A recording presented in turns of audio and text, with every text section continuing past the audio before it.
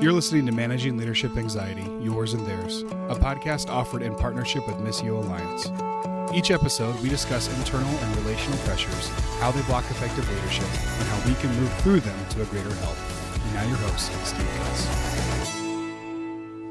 Hey, friends. Hey, welcome to 2022. Congratulations, you made it.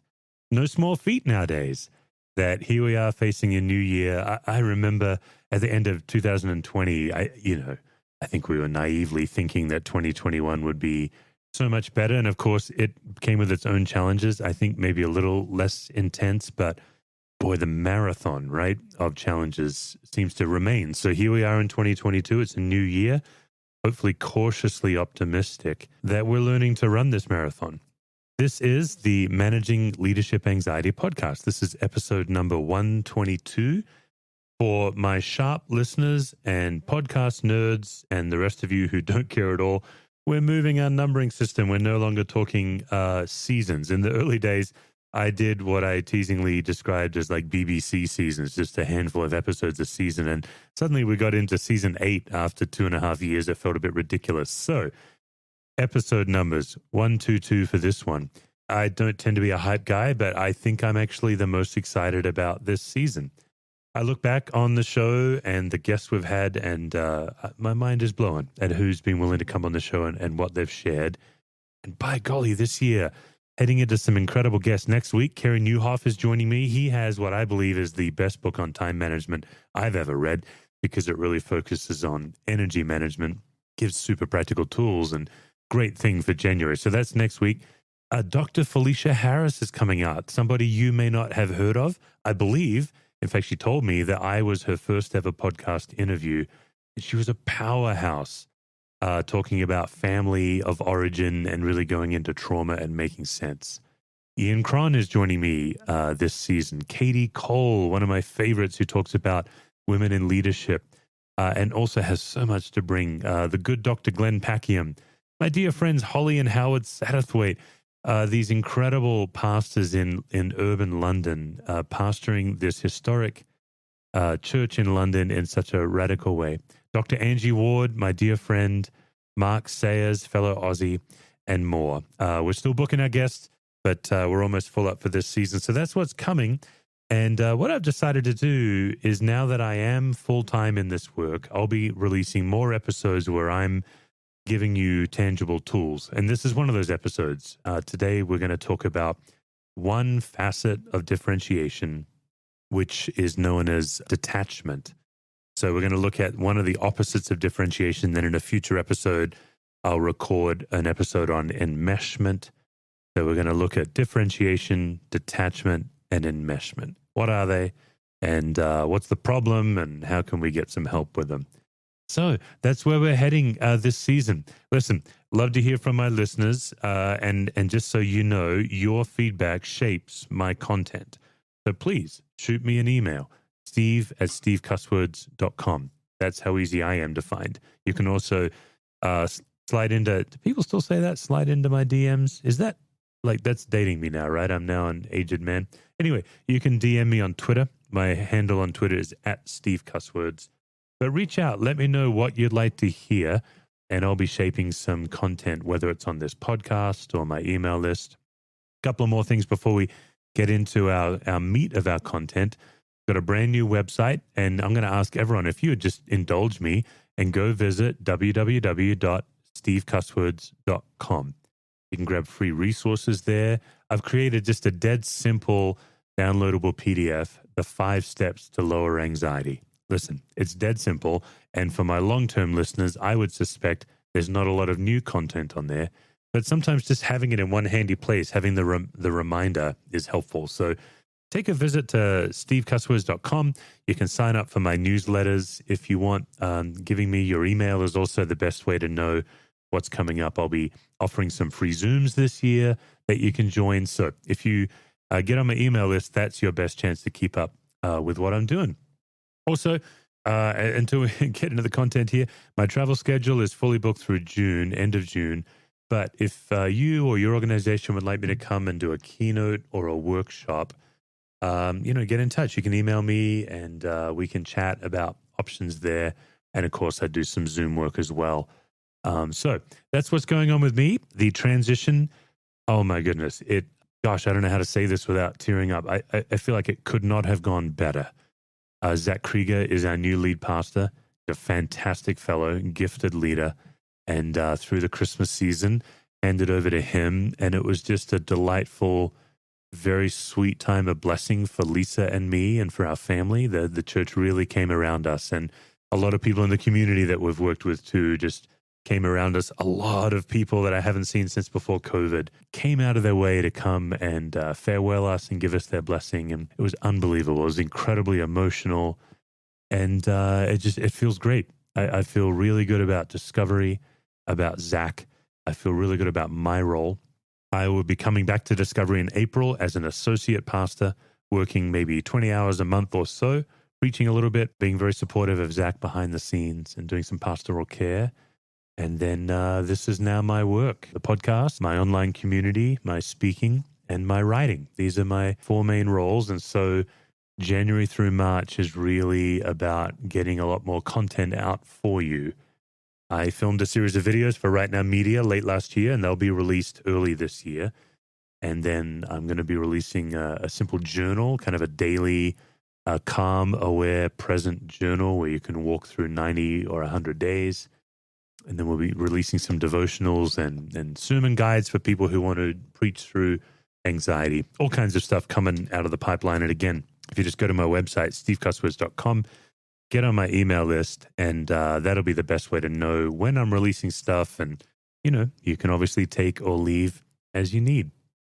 Okay, let's talk about differentiation. And I'm actually going to talk about it fairly quickly because for most of my listeners, you're familiar with it. Differentiation is, of course, the cornerstone concept, to quote Dr. Roberta Gilbert, the cornerstone concept of systems theory. Hey, new listeners, if maybe someone told you about this podcast, maybe someone said to you, hey, you know what you need in 2022? You need to lower reactivity, increase connectedness, go from anxious to calm, aware, and present. Maybe they sent you this podcast. So welcome, new listeners. I've got a whole slew of back episodes that you can chase for tools, and of course my website as well. But let me catch you up because some of my veteran listeners are familiar with this. Differentiation is simply the difficult ability to manage your reactivity so it doesn't spill out into someone else, and at the same time, manage their reactivity so you don't catch it. I guess at its simplest term, differentiation is the ability to stop escalation before it starts. That's really what it is. Differentiation is actually 5 things. And in my 3rd recording, in a few weeks' time, the episode will come out. I'm going to teach those 5 things. But one opposite of differentiation is enmeshment, right? Like when mama ain't happy, ain't nobody happy. Or enmeshment in the scripture in the book of Matthew, Herod was troubled and all Jerusalem was troubled with him. That's enmeshment. That's one opposite of differentiation. I struggle with enmeshment. It's the kind of person, oftentimes in the caring profession, who gets wrapped up in other people's business. If somebody else isn't okay, it's very difficult for you to be okay. That's next week's episode. Today, I want to talk about the opposite challenge, which is detachment. So if differentiation is the happy middle, enmeshment is one extreme where you catch everyone's anxiety and you spread it. And the other extreme is detachment. You're indifferent. You're numb. You don't want to get caught up in it all. You don't know how to emotionally connect. Sometimes detachment can look really sophisticated. For example, when somebody comes to you with a massive problem, something that's overwhelming, and you're not even aware of it, but you give them pithy advice that doesn't actually help. You shrink their problem down to a size that you can manage.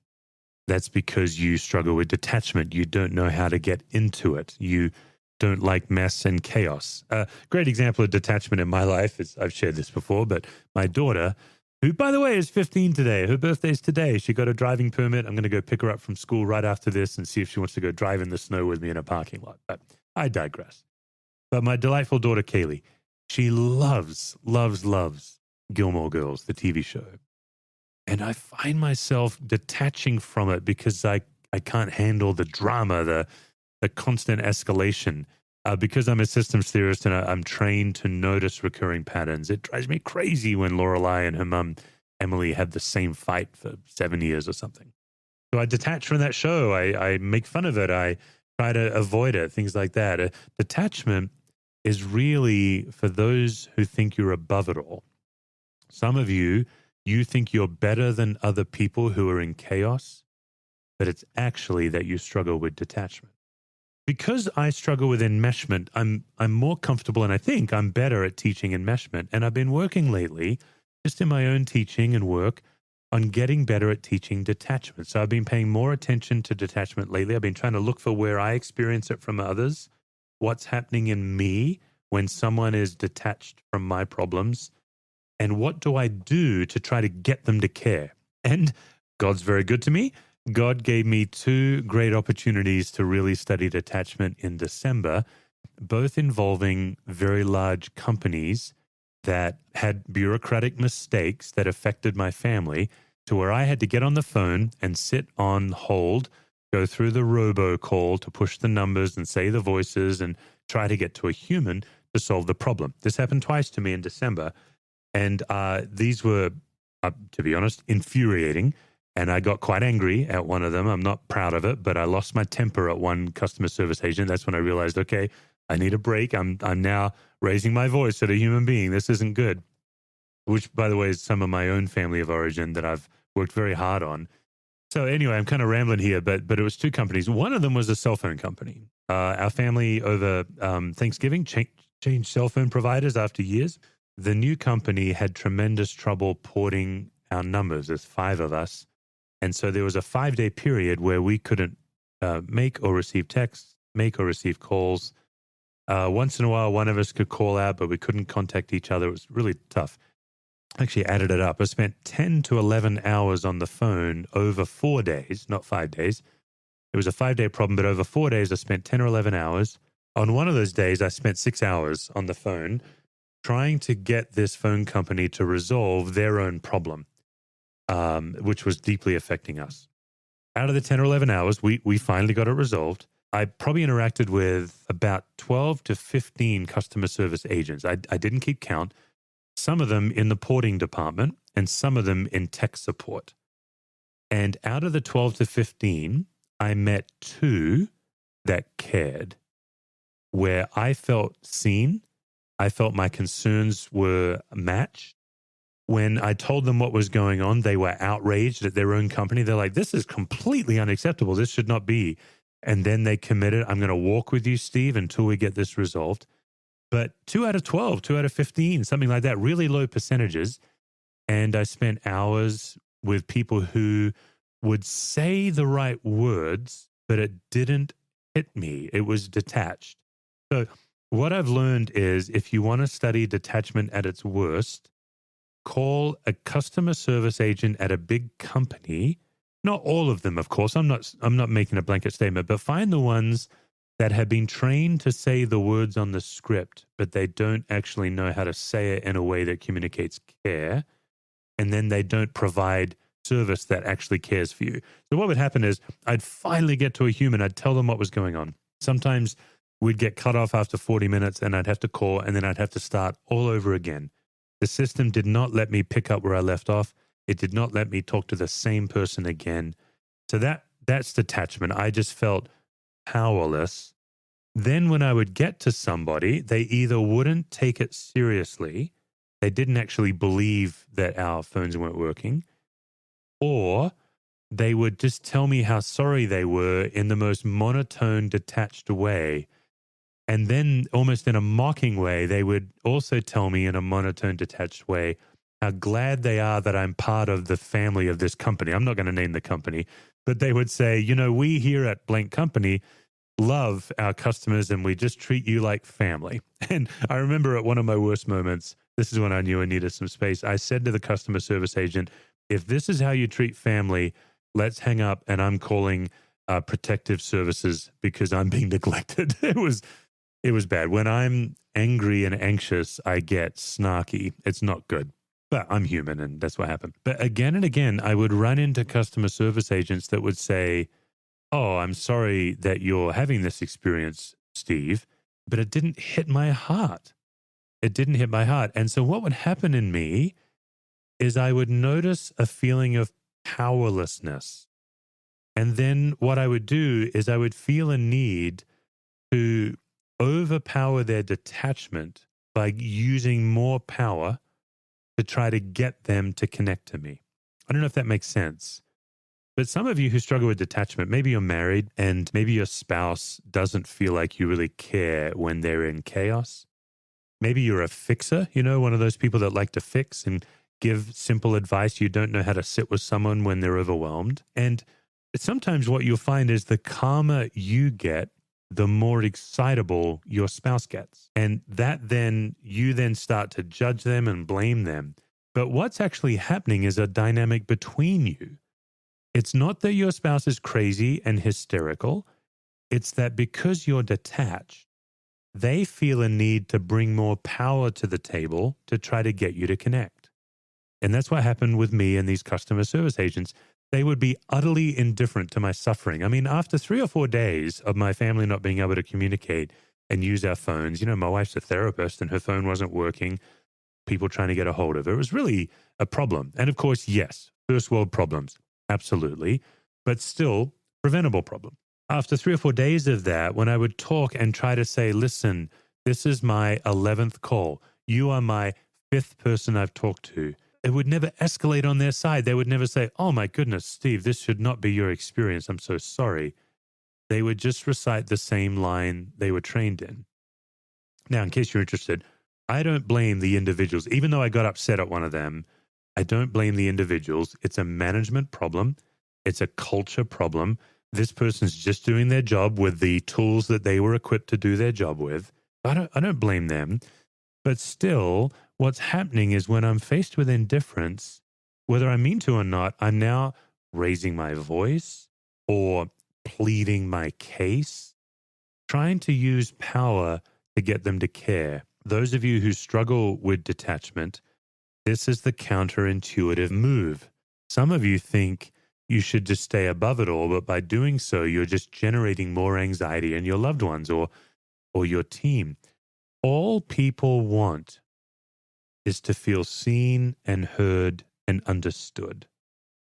Most people don't actually need their problem solved. Now, in my case, with the phone company, yes, I had a problem. I needed it solved. But before that, I just needed to be seen and heard.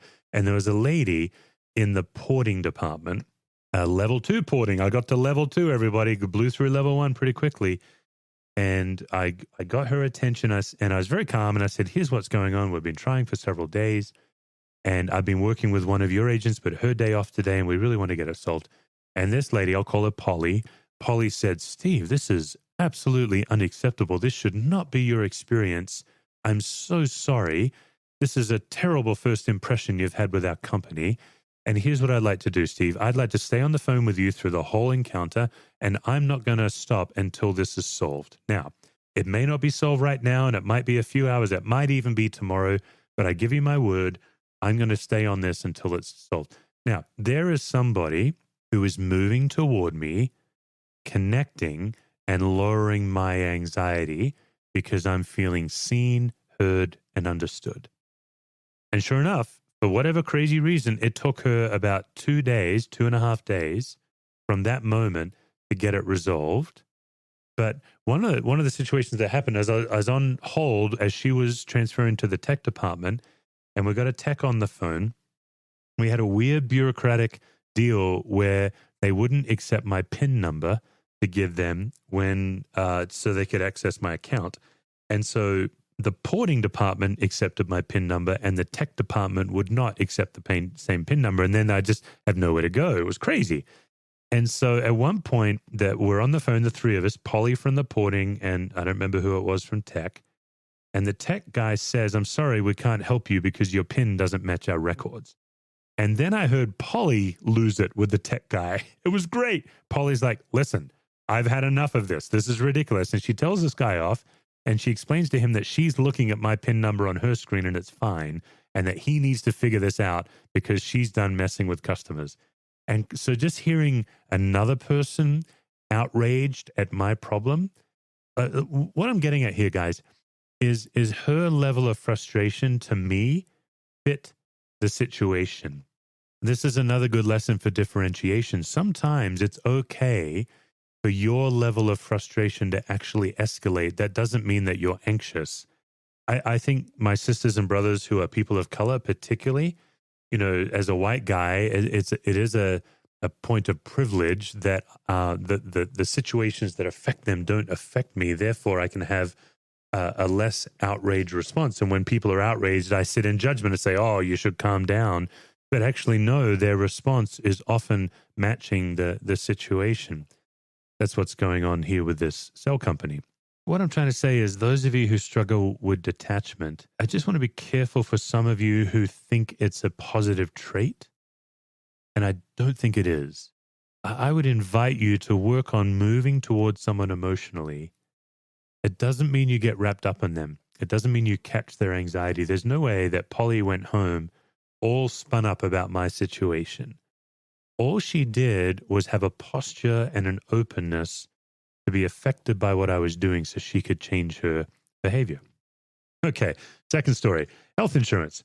Now that I'm no longer full-time at the church, I'm providing out of my own pocket health insurance for my family. And those of you who are international listeners, I have a family of 5.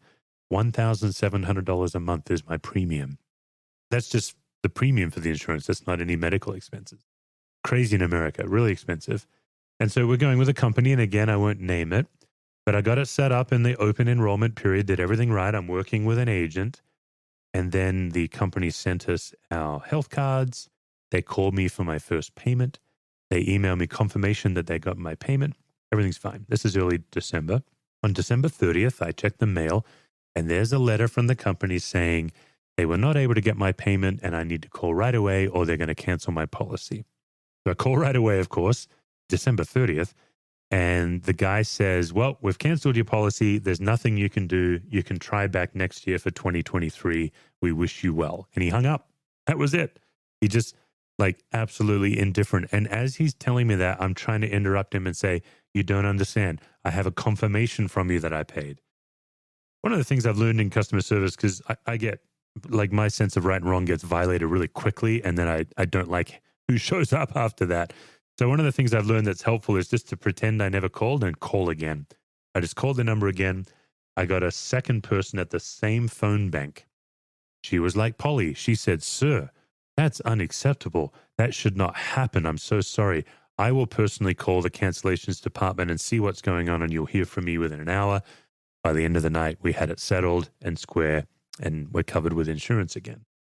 It was fascinating to me in both times that in the face of detachment, my response was anger. And my feeling was, I must work harder to convince you that this is serious. And so just another tool for those of you who struggle with detachment, if you simply, in the beginning of your interaction with someone, if you simply take their problem at least as seriously as they do, that's it. That's all you have to do. If you just take their problem at least as seriously as they do, they will feel seen, heard, and connected with. And more often than not, it'll help them relax. Those of you in relationships, whether you're in a marriage, maybe a parent, those of you on church staff or in organizational leadership where people come to you and they're all spun up and you're calm and detached and they're not calming down, it might be that they're a hysterical person. It's possible. What's more likely is they feel a need to use more power, which is anger, reactivity, hysteria, all of these tools to try to get you to take the problem seriously. If instead of detaching, you just intentionally move toward them, see them, ask them curious questions, ask them what it's like, ask them how they feel, tell them how you might feel if you were in their situation, tell them that you're with them. This is not rocket science, guys. It's not hard to do. It just takes a heart of intention to differentiate instead of detach. All right, we'll be covering this more this season, but that's it for now. If this raises questions for you, you can email me The next episode, we're going to talk about the other opposite of differentiation, which is enmeshment. And just as we close, I'm releasing this episode early in January of 2022. And I just want to share with you that this is the year that you have to invest in tools to help you be calm, aware, and present. Now, there are a number of great tools out there. They don't have to be my tools. I have a number of friends. In fact, the last time I referred someone to some friends of mine who do this work was like 3 hours ago. There are several of us who are in the space of integrating your walk with Jesus, your spiritual health, with your emotional health. But I'm just going to talk about what I'm offering, because if you have no other plan, I'm going to ask you this week to join Capable Life. Now, that's a bold thing to say, but here's the thing. As you know, those of you who have listened to me for a while, you know that when I was a chaplain, I had to very quickly learn how to notice anxiety in spaces. And then obviously I went to grad school. I did some formal training in systems theory. I did 20 years of informal training. I taught it for 10 years in my church, wrote the book, all of that. What was surprising to me is that when I became a lead pastor in 2005, is how intentional I had to be about the tools that I'd known for years. It's almost like lead pastoring increased the pressure, and my identity was more wrapped up in my role. It hadn't been before. And suddenly, like, my informal use of the tools wasn't cutting it. And so starting in 2005, even though I'd been doing systems theory by then for 9 years? No, longer. Yeah, 9 years. I had to really dig a lot deeper and come up with a rule of life, a pathway, and then teaching it, studying it broadly and teaching it to people and watching the results. What's working? What's not? Are people grasping it? Do they need a more tangible tool? So I just want to say, listen, you can listen to this podcast. You can read my book or other people's work on this, but just taking it in, you're not going to change. The way to change is externalizing, putting yourself on a path, and you can do it the easy way or the hard way. The hard way is to do what I did. Go be a chaplain and plunge yourself into trauma. Go do some grad studies, teach it for years, learn how to operate it in a book. Right now I've done about 50 workshops. Or you can do it the easy way, which is what I'm offering you. All of that learning that I've done, I've put in an actionable path that anyone can walk. As of the recording of this, we have about 400 members all over the world, 15 different countries.